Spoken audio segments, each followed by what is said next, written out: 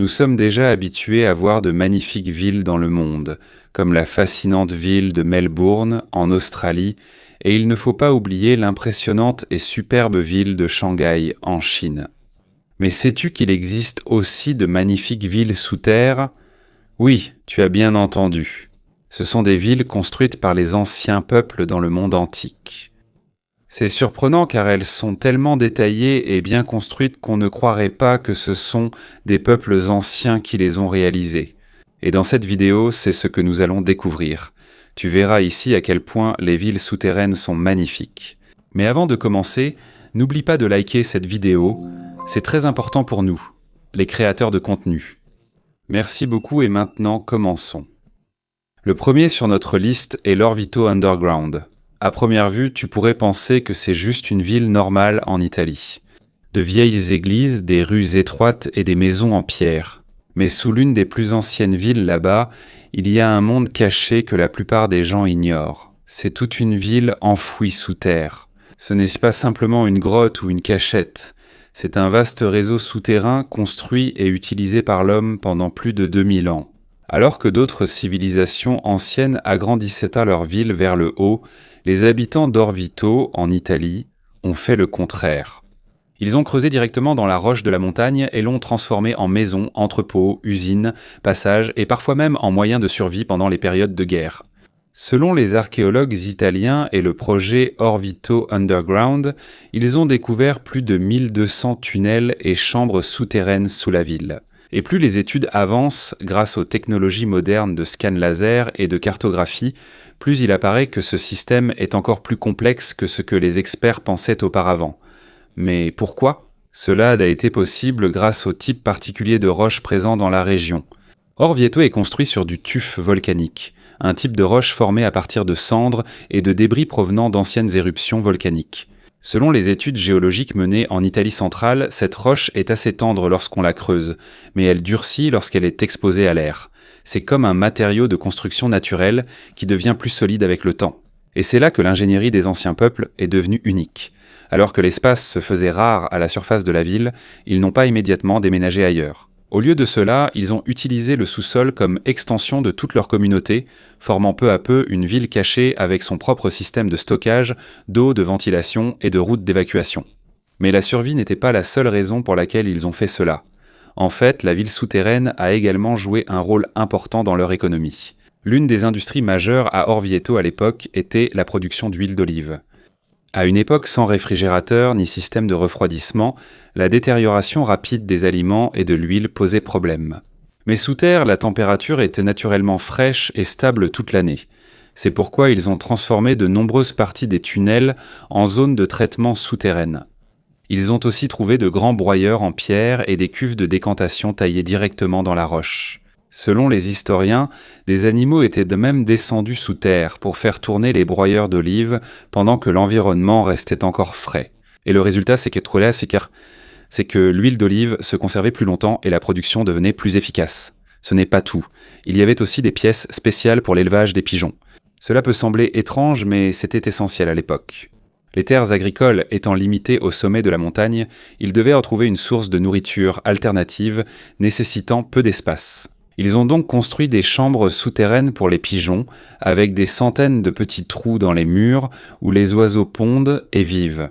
Il y a aussi de petites ouvertures donnant sur la falaise pour permettre aux pigeons d'entrer et de sortir tout en étant protégés des prédateurs. Autrement dit, ils disposent de quoi d'un système alimentaire souterrain. Mais si cette ville souterraine est si avancée, c'est surtout grâce à l'eau. Bien avant l'arrivée des Romains, les Étrusques étaient déjà connus comme la première civilisation ancienne à s'être installée dans la région. Grâce à leur ingénierie hydraulique, ils ont construit de petits tunnels de drainage appelés cuniculi pour contrôler les eaux souterraines et de pluie. Selon les historiens, cela était très important car un excès d'eau pouvait provoquer des effondrements sous la ville. Ainsi, l'ensemble du réseau souterrain était conçu avec une pente précise et des canaux pour évacuer l'eau loin des structures. Jusqu'à aujourd'hui, la ville moderne d'Orvieto utilise encore certains de ces anciens systèmes de drainage. Mais il est arrivé un moment où la menace pour la ville est devenue plus sérieuse. Au XVIe siècle, après l'invasion de Rome en 1527, le pape Clément VII a eu peur qu'Orvieto soit également assiégé. C'est pourquoi il a fait construire l'un des projets d'ingénierie les plus impressionnants sous la ville, le puits de Saint-Patrick. À première vue, cela ressemble à un puits ordinaire. Mais en descendant à l'intérieur, tu réalises que c'est un chef-d'œuvre d'ingénierie d'une profondeur impressionnante. Il fait plus de 60 mètres de profondeur et possède 2 rampes en spirale distinctes qui descendent et montent en tournant. Ce qui est assez particulier, c'est que les 2 chemins ne se croisent jamais. Cela a été fait pour assurer un flux continu des animaux et des personnes qui viennent puiser de l'eau. Un chemin pour descendre, un autre pour monter, sans se heurter, même dans l'obscurité et l'étroitesse des lieux. Selon les historiens de l'architecture, c'est l'un des plus beaux exemples de l'ingénierie de la Renaissance en Italie. Et comme il y a des dizaines de fenêtres ouvertes vers le centre du puits, la lumière naturelle peut encore entrer même lorsqu'on est profondément sous terre. Mais à mesure que le réseau souterrain s'est étendu, il est aussi devenu plus important pour la défense de la ville. Il y a des passages secrets qui sont directement reliés aux maisons et au sous-sol à la surface. Certains s'étendent jusqu'au fond de la vallée, en bas de la montagne. En cas d'invasion ou de siège, les habitants pouvaient disparaître sans que l'ennemi ne s'en rende compte immédiatement. Il y a aussi des tunnels très étroits et sinueux qui pouvaient être défendus par une seule personne contre un groupe d'envahisseurs plus nombreux. C'est là que tu remarques combien les anciens ingénieurs avaient le sens pratique. Ils ne pensaient pas seulement à survivre aujourd'hui. Ils pensaient à comment toute la ville pourrait survivre même en temps de famine, de guerre ou d'effondrement total à la surface. Même leur système d'évacuation des déchets était très avancé pour leur époque. Il y avait des fosses souterraines utilisées comme dépotoirs à l'époque médiévale. Mais comme elles sont restées scellées pendant des siècles, elles sont devenues de véritables trésors pour les archéologues d'aujourd'hui. À l'intérieur de ces anciennes fosses, les chercheurs ont trouvé des céramiques préservées, des outils, de la nourriture et divers objets utilisés par les gens de l'époque. Grâce à cela, les experts ont mieux compris comment les habitants d'Orvieto vivaient, de la période médiévale jusqu'à la Renaissance. Selon les études, il s'avère que même si la ville souterraine semblait isolée, elle était tout de même connectée à un plus grand réseau commercial méditerranéen à l'époque. Et l'ensemble du complexe souterrain est devenu encore plus mystérieux grâce à l'utilisation des technologies modernes de lidar et de balayage laser ces dernières années. Les chercheurs ont constaté que dans certains quartiers, l'espace entre les tunnels était très réduit, parfois à seulement quelques centimètres de roche. Cela montre que les constructeurs savaient où ils étaient et où les autres creusaient même sans radar ni ordinateur. Encore plus surprenant, certaines sections ont été volontairement amincies pour être facilement brisées en cas d'urgence, une sorte d'ancienne planification urbaine modulaire. Et c'est ici que l'histoire réelle d'Orvieto devient plus claire. Ce n'est pas seulement une collection aléatoire de grottes, c'est une civilisation souterraine soigneusement planifiée. Alors que d'autres villes à l'époque comptaient sur de hauts murs pour se protéger, les habitants d'ici ont utilisé le sous-sol lui-même comme défense, système de stockage, bouée de sauvetage et ville de repli. En surface, il y avait des places, des églises et une vie ordinaire. Mais sous leurs pieds, une autre ville fonctionnait silencieusement depuis des siècles. À ce jour, une grande partie reste encore incomprise par le monde moderne. Maintenant, passons au tunnel souterrain de Nahor. Si à Orvieto, le sous-sol était utilisé pour les affaires, la nourriture et une planification urbaine intelligente, l'histoire est différente dans le nord de la France. Ici, dans le paisible village de Nahor, la ville souterraine n'a pas été construite pour que les gens s'enrichissent. Elle a été construite pour qu'ils ne meurent pas. En surface, tu ne verras qu'un village de province tout à fait ordinaire. Des maisons, des champs, des arbres et des routes paisibles. Mais en dessous, il y a un monde caché qui ressemble à une version d'urgence de toute la ville. Selon le site officiel de la souterraine de Nahor, la ville souterraine compte 28 galeries et près de 300 pièces. À son apogée, on dit qu'elle pouvait servir de refuge à des milliers de personnes contre les armées envahissantes. Le plus impressionnant, c'est que cela n'a pas été construit par des rois ou des empereurs. Cela a été construit par des gens ordinaires, des paysans, des familles, des personnes épuisées par les guerres incessantes à la surface. Du Moyen-Âge jusqu'au XVIIe siècle, la région de Picardie était souvent le théâtre de conflits. Il y avait des soldats, des pillards et des armées envahissantes qui traversaient les villages. Lorsqu'ils arrivaient, les maisons pouvaient être incendiées, la nourriture volée ou toute la famille mise en danger. C'est pourquoi les habitants de Nahors ont élaboré un plan radical. Quand la situation devenait dangereuse à la surface, tout le village disparaissait sous terre. Il y avait des pièces pour les familles, des espaces pour les animaux, des réserves pour la nourriture. Il y avait aussi des chapelles pour prier. Il y avait des espaces communs où les gens pouvaient se rassembler en attendant de savoir s'il était sûr de remonter à la surface. Ce n'était pas simplement une cachette pour une seule nuit. C'est un abri souterrain capable de soutenir la vie pendant une période plus longue. Comme la roche du coin est décomposée de calcaire et de craie, il est plus facile de la creuser que des roches plus dures. Mais il y a aussi des dangers. Si la taille est incorrecte, le plafond risque de s'effondrer. C'est pourquoi de nombreuses zones intérieures ont des plafonds arrondis, ce qui n'est pas uniquement esthétique. C'est pour supporter la pression du sol au-dessus. Le poids est réparti plus uniformément, ce qui rend les pièces plus sûres. Ça paraît simple, mais la logique est profonde. On dirait qu'ils n'ont pas simplement creusé. Ils ont étudié le comportement de la pierre, et comme beaucoup de gens pouvaient se cacher ici, ils avaient aussi besoin d'air. Ils ne pouvaient pas tout fermer, sinon il manquerait tant d'oxygène, surtout avec feu, nourriture et animaux à l'intérieur. C'est pourquoi ils ont construit des conduits de ventilation, des trous reliés à la surface pour laisser entrer l'air et sortir la fumée. Mais ils devaient rester discrets, parce que si l'ennemi voyait de la fumée sortir du sol, il saurait où les gens se cachaient. C'est pourquoi les conduits d'air et de fumée étaient soigneusement dissimulés. D'autres sortaient dans des endroits difficiles à remarquer, comme dans les bois ou près de structures déjà existantes à la surface. En termes simples, toute la ville souterraine était conçue pour respirer sans être détectée. Imagine la scène. À la surface, un soldat passe. Le village est silencieux. On dirait qu'il n'y a personne, pas d'enfants, pas d'animaux, pas de lumière. Mais sous terre, toute la communauté est là. Ils cuisinent, prient, s'occupent des animaux et attendent que le danger passe. C'est comme si le village avait été temporairement englouti par la terre. Il y a aussi des fosses de stockage pour les céréales et la nourriture. C'est très important car en cas d'invasion, la nourriture est la première cible des ennemis. Si la récolte est prise ou brûlée, tout le village souffre de la faim. Mais si tu as de la nourriture cachée sous terre, tu as une chance de survivre même si tout ce qui est en surface est détruit. C'est ici que tu vois à quel point la ville souterraine de Naours est pratique. Ce n'est pas de la fantaisie, c'est un système de survie. Ici, on n'y sauve pas seulement des vies, mais aussi la culture, la famille, les animaux, la nourriture et la foi. Mais il y a un autre chapitre de Naour qui est plus récent et plus émouvant. Pendant la Première Guerre mondiale, les soldats près du front occidental ont aussi utilisé les tunnels. Selon les chercheurs, des milliers de graffitis ont été découverts sur les murs de la ville souterraine. Beaucoup d'entre eux ont été laissés par des soldats britanniques et australiens. Il y a des noms, des villes natales, des unités militaires, des dessins simples, des messages. On y trouve la trace d'hommes qui ne savaient non pas s'ils pourraient rentrer chez eux. Selon France-Toulon.fr et les études archéologiques menées sur le site, environ 3000 graffitis ont été recensés à Naour et beaucoup d'entre eux sont liés aux soldats qui sont passés pendant la Grande Guerre. C'est ici que le lieu devient plus lourd de sens. Les tunnels qui protégeaient en jadis les villageois médiévaux des envahisseurs sont aussi devenus un lieu de repos pour les soldats modernes avant de repartir au front. Époque différente, guerre différente, mais une même peur, la recherche d'un endroit sûr lorsque le monde à la surface devient dangereux.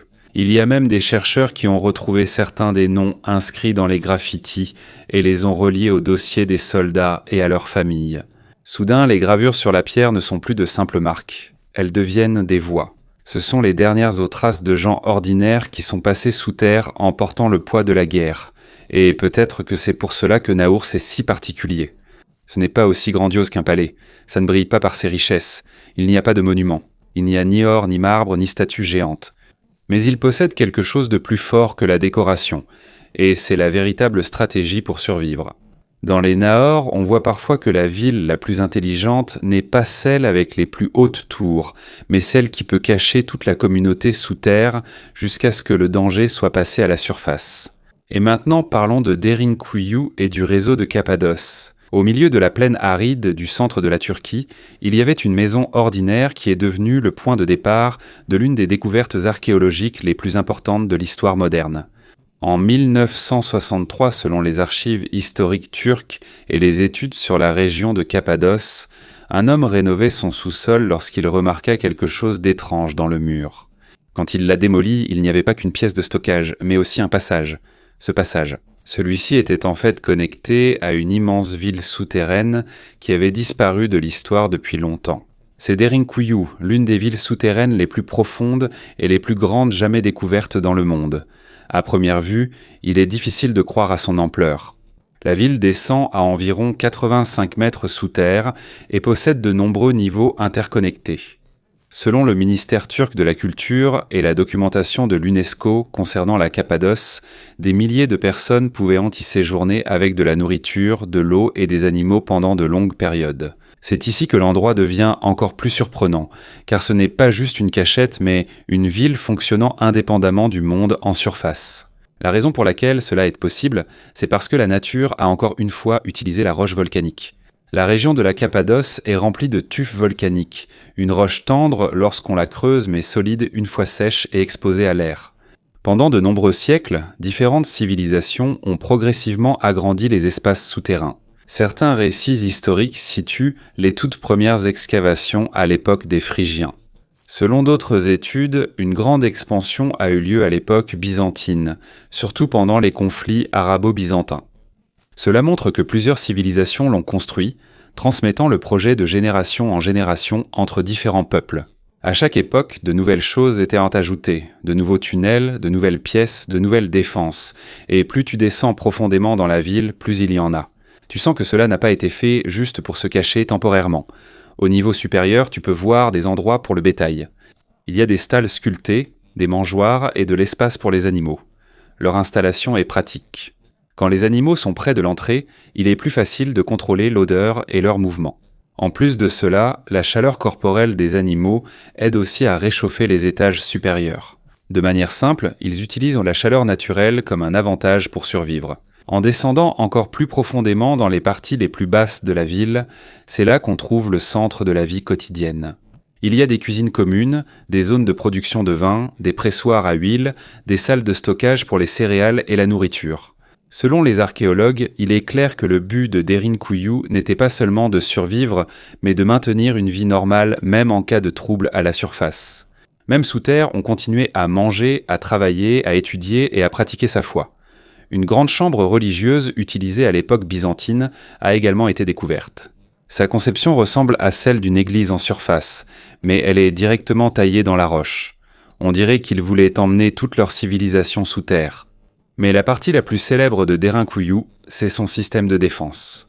Dans différentes parties des tunnels, il y a d'énormes portes circulaires en pierre qui ressemblent à d'immenses roues de pierre. Certaines d'entre elles pèsent des centaines de kilos. En cas de danger, on pouvait les faire rouler pour bloquer le passage. Et le plus impressionnant, c'est qu'elles ne pouvaient être ouvertes que de l'intérieur. Même si un ennemi parvenait à entrer dans un tunnel, il se retrouverait face à des couloirs étroits, des impasses et une succession d'énormes barrières de pierre. C'est comme un immense labyrinthe souterrain conçu pour faire perdre du temps et épuiser quiconque tenterait d'attaquer. Mais le problème le plus difficile dans une ville souterraine n'est pas la défense, mais l'air et l'eau. Comment pourrais-tu te reposer sous terre sans air frais ? Comment des milliers de personnes pourraient-elles survivre si l'eau venait à manquer ? C'est là que les ingénieurs modernes sont particulièrement impressionnés par Derinkuyu. Au centre de la ville, il y a un puits de ventilation très profond qui sert de principal poumon à tout le complexe souterrain.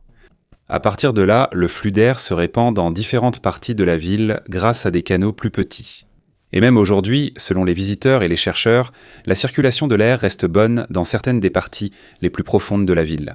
Cela signifie que le système de ventilation ancien fonctionne encore même après plus de 1000 ans. Leur système d'eau était encore plus ingénieux.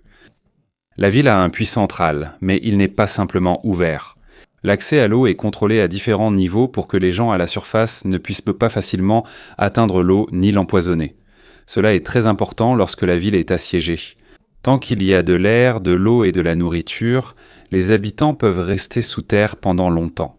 Et c'est ici qu'intervient l'une des parties les plus mystérieuses de l'histoire. Certains chercheurs comparent les villes souterraines de Cappadoce aux textes anciens de la tradition zoroastrienne, en particulier à l'histoire concernant Ima et Lavara, un refuge souterrain qui aurait été construit pour sauver les hommes, les animaux et les plantes d'une catastrophe hivernale extrême.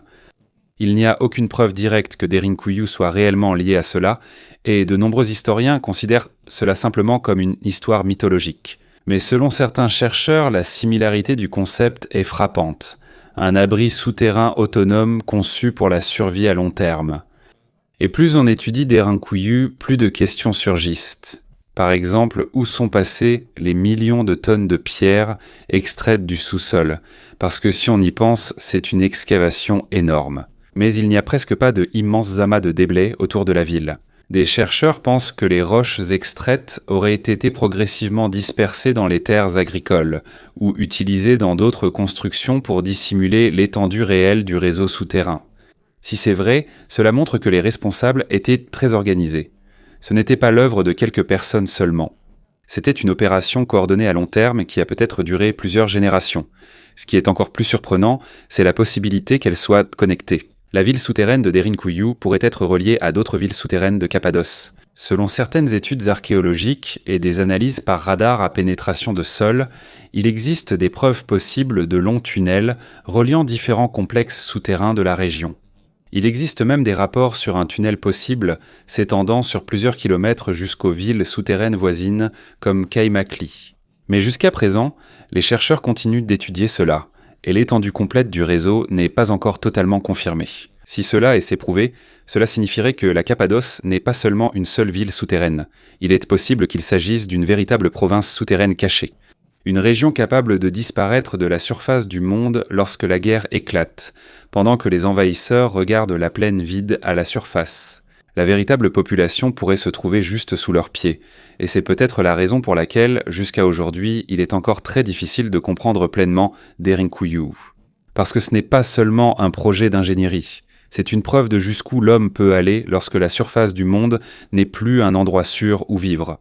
Dans le silence de ces escaliers étroits et de ces tunnels sombres, on peut voir les traces d'une civilisation prête à abandonner la lumière du jour pour survivre sous la pierre.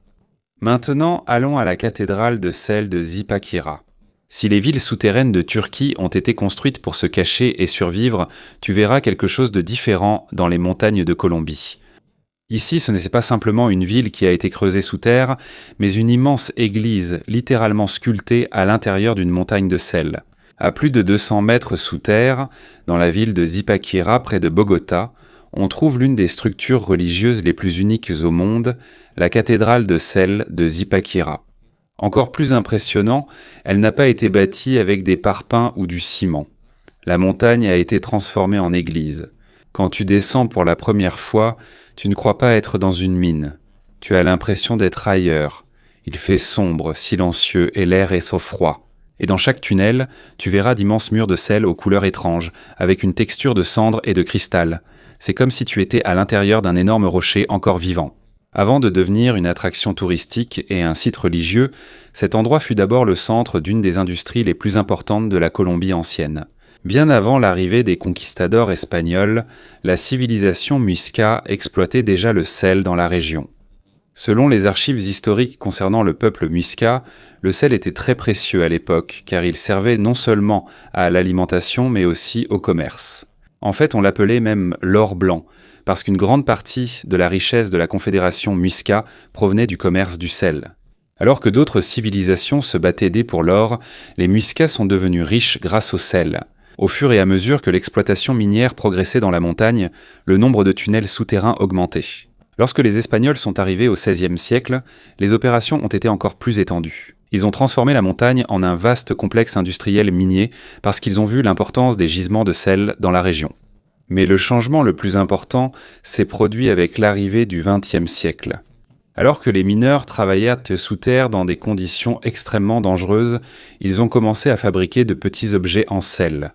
Ils les placèrent sur les murs de la mine pour prier avant de commencer le travail.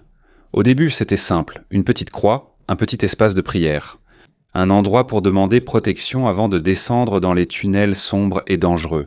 Mais avec le temps, l'idée a pris de l'ampleur. Jusqu'aux années 1950, où le projet de construire une véritable cathédrale souterraine à l'intérieur même de la montagne de sel a commencé.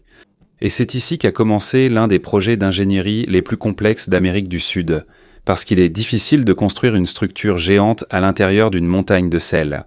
La roche saline a des propriétés différentes de celles de la pierre ordinaire. Selon les études d'ingénierie sur les formations d'halite, le sel est extrêmement solide lorsqu'il est comprimé. Mais avec le temps, il a aussi tendance à bouger et à changer de forme à cause de la pression de la montagne au-dessus. Cela signifie que même si tout semble solide autour, la montagne bouge lentement, comme si elle était vivante. C'est pourquoi chaque chambre et chaque couloir de la cathédrale doivent être conçus pour résister à la pression géologique pendant une longue période. Tu remarqueras que beaucoup de plafonds intérieurs sont hauts et courbés, non seulement pour l'esthétique, mais aussi pour répartir le poids de la montagne autour des tunnels. En termes simples, ils n'ont pas combattu la pression de la montagne. Ils l'ont utilisée pour soutenir toute la structure. Et c'est probablement la raison pour laquelle la majeure partie de la cathédrale reste stable jusqu'à aujourd'hui, même après des décennies. À l'intérieur du complexe, il y a une série de tunnels qui ressemblent à un chemin de pèlerinage. En marchant, tu passes par 14 chapelles qui représentent les stations du chemin de croix. Chacune a son propre design. Il y a des croix géantes, il y a des reliefs sculptés, il y a un éclairage dramatique qui frappe les murs de sel. C'est pourquoi l'endroit a un aspect plus cinématographique. Plus tu t'enfonces dans la cathédrale, plus tu ressens son atmosphère de tranquillité unique, grâce à l'acoustique particulière des chambres de sel. Contrairement à une grotte ordinaire où l'écho est fort, les murs de sel absorbent le son. C'est pourquoi l'ambiance à l'intérieur est lourde et silencieuse. C'est comme si la montagne avalait chaque bruit. Même l'air à l'intérieur est différent. Selon des études sur le microclimat de la mine, les murs de sel absorbent naturellement l'humidité, ce qui rend l'environnement souterrain plus sec et stable. À cause de cela, l'air semble différent de celui de la surface. Mais même si la cathédrale semble solide et durable, il y a un gros problème que les ingénieurs continuent de surveiller, la montagne elle-même, car au fil du temps, les dépôts de sel continuent de bouger. La pression comprime progressivement les espaces excavés à l'intérieur de la mine. En d'autres termes, la montagne essaie progressivement de reprendre l'espace que l'homme a creusé. C'est pourquoi les ingénieurs vérifient régulièrement l'état structurel de la cathédrale pour s'assurer que les chambres et les tunnels restent sûrs. Et c'est ici que Zipaquirá devient encore plus unique. Parce qu'il ne s'agit pas d'une structure souterraine abandonnée, la montagne est toujours vivante et l'exploitation minière continue. Alors que des milliers de touristes et de pèlerins visitent la cathédrale au niveau supérieur, l'extraction industrielle de sel se poursuit dans les parties plus profondes de la montagne. Cela signifie que la religion, le tourisme, l'ingénierie et l'exploitation minière coexistent en même temps à l'intérieur d'une seule montagne. Et selon les projets de cartographie moderne, utilisant le lidar et le radar à pénétration de sol, le public ne voit en réalité qu'une petite partie de tout le réseau souterrain. D'immenses chambres cachées subsistent sous terre, vestiges de l'ancienne mine. Certaines seraient assez vastes pour accueillir des bâtiments modernes entiers. Les chercheurs ont également découvert des tunnels plus anciens, creusés avec effort par la civilisation Muisca bien avant l'arrivée des explosifs modernes.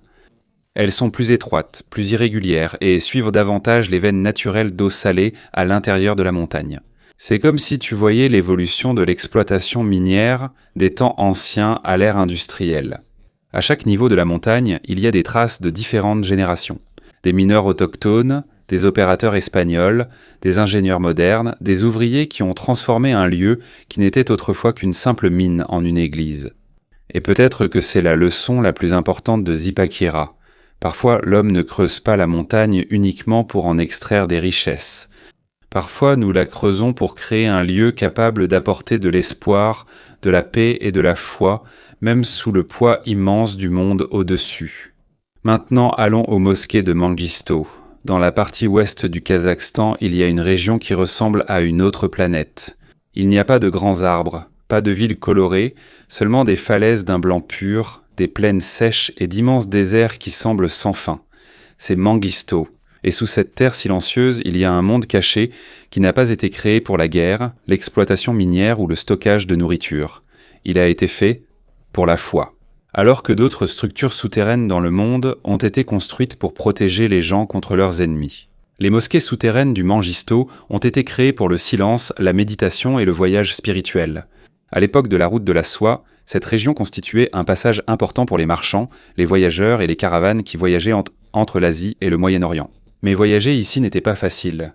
Il faisait extrêmement chaud pendant la journée, très froid la nuit et les endroits sûrs étaient très éloignés les uns des autres. C'est pourquoi, alors que les gens traversèrent le désert, certains ont choisi d'y rester pour toujours. Des mystiques soufis, des maîtres spirituels et des derviches qui croyaient qu'il était plus facile d'entendre le silence de la foi lorsqu'on est loin du bruit du monde. Selon des études sur les sites religieux de la route de la soie au Kazakhstan, certaines des figures spirituelles les plus célèbres de la région sont Chopanata et Shakpakata, des figures devenues centrales dans la tradition spirituelle locale du Mangisto. Mais au lieu de construire une mosquée ordinaire à la surface, ils ont creusé directement dans la montagne elle-même. Ils ont directement sculpté les falaises de calcaire pour créer des salles de prière souterraines et des chambres sacrées à l'intérieur de la roche. Et c'est ici que l'architecture du Mangisto commence à devenir vraiment unique. Ce n'est pas une simple mosquée troglodyte, car certaines parties mêlent grottes naturelles et structures aménagées. Il y a des piliers, des plafonds voûtés, des niches de prière sculptées et des chambres interconnectées qui semblent avoir été progressivement agrandies au fil des siècles. L'un des sites les plus importants ici est la mosquée Shakpak-Ata. Selon les historiens et les archéologues du Kazakhstan, sa conception est unique par rapport à la plupart des structures islamiques souterraines. Son plan d'étage a une disposition en forme de croix, ce qui a donné lieu à de nombreuses théories parmi les chercheurs. Certains historiens pensent qu'il est possible que des traditions plus anciennes aient influencé cette structure avant que l'islam ne se répande complètement dans la région. Cela inclut les anciens systèmes de croyances d'Asie centrale, mais cela n'a pas encore été entièrement confirmé, donc les experts en parlent avec prudence. Ce qui est clair, c'est ceci. Le Mangisto est devenu un point de rencontre de différentes cultures, religions et voyageurs pendant une longue période. Et la pierre elle-même est devenue le témoin de tous ceux qui sont passés ici. Mais l'une des parties les plus impressionnantes des mosquées souterraines est leur utilisation de la lumière. L'intérieur de la mosquée ressemble d'abord à une simple grotte sombre. Mais lorsque le soleil est au bon endroit, des rayons de lumière tombent directement sur certaines zones de prière à l'intérieur. Ce n'est pas un accident. Des puits verticaux soigneusement creusés dans la montagne servent de puits de lumière naturelle. Et selon certaines études sur le puits du complexe de Shakpakata, il est possible que certains d'entre eux soient alignés en fonction du mouvement du soleil à certaines périodes de l'année. C'est comme un gigantesque calendrier de pierre sous terre. Lorsque le soleil frappe sous le bon angle, certaines parties de la mosquée s'illuminent soudainement, tandis que le reste des environs reste dans l'obscurité. Et pour les mystiques soufis de l'époque, la lumière représentait une grande part du symbolisme spirituel. C'est comme si la montagne elle-même devenait un instrument du temps et de la foi. Mais il n'y a pas que des salles de prière autour des mosquées souterraines. À l'extérieur de certaines entrées, on trouve de vastes nécropoles ou d'anciens cimetières. Des milliers de tombes en pierre et de marqueurs sont dispersés autour du désert. Selon des études locales dans la région de Mangistau, il était autrefois important pour de nombreuses personnes d'être enterrées près des sanctuaires souterrains sacrés. À cause de cela, cet endroit est devenu un lieu non seulement pour les vivants, mais aussi pour les défunts. Les villes souterraines de Turquie servaient à cacher la population des ennemis, tandis que les mosquées de Mangistau avaient un autre but. Ici, le sous-sol a été transformé en un lieu de méditation, de prière et de connexion avec l'au-delà. Et même si ces lieux sont magnifiques, leur préservation n'a pas été facile. Parce que le calcaire est la principale roche ici, il est facilement affecté par l'érosion, la pluie et les vents forts du désert. C'est pourquoi les bâtisseurs de l'époque ont créé des canaux de drainage et des surplombs protecteurs au-dessus des entrées pour éloigner l'eau des sculptures à l'intérieur. À l'intérieur, ils ont poli certains murs pour mieux réfléchir la lumière naturelle et éviter la détérioration rapide de la pierre. Leur technique semble simple. Mais c'est justement la raison pour laquelle beaucoup de ces mosquées sont encore debout après de nombreux siècles. Et à mesure que les archéologues modernes étudient davantage Mangistau en utilisant la numérisation en 3 dimensions et la technologie de préservation numérique, il s'avère que certaines des grottes de la région sont en fait plus anciennes qu'on ne le pensait auparavant. Il y a des pétroglyphes et des marques qui pourraient être datées de l'âge du bronze, selon certaines découvertes archéologiques au Kazakhstan. Cela signifie qu'avant même que ces lieux ne deviennent des sanctuaires islamiques, les montagnes et les grottes de Mangistau avaient déjà une signification particulière pour les peuples anciens. C'est comme si chaque civilisation qui est passée dans la région avait laissé une trace dans la pierre. Et au fil du temps, tout le désert est devenu une immense archive spirituelle. Le jour, Mangistau est silencieux et semble sans vie. Mais sous ces falaises blanches se cachent des mosquées qui ont autrefois servi de guide au Mangistau. Mais sous ces falaises blanches se cachent des mosquées qui ont autrefois servi de guide aux voyageurs. Un lieu de repos pour les mystiques et un havre de paix au milieu de l'immense désert. Et c'est peut-être cela qui fait toute la différence. Car alors que d'autres civilisations ont construit de grands monuments pour que le monde entier les voie, les habitants d'ici ont choisi de cacher leur foi à l'intérieur même de la montagne.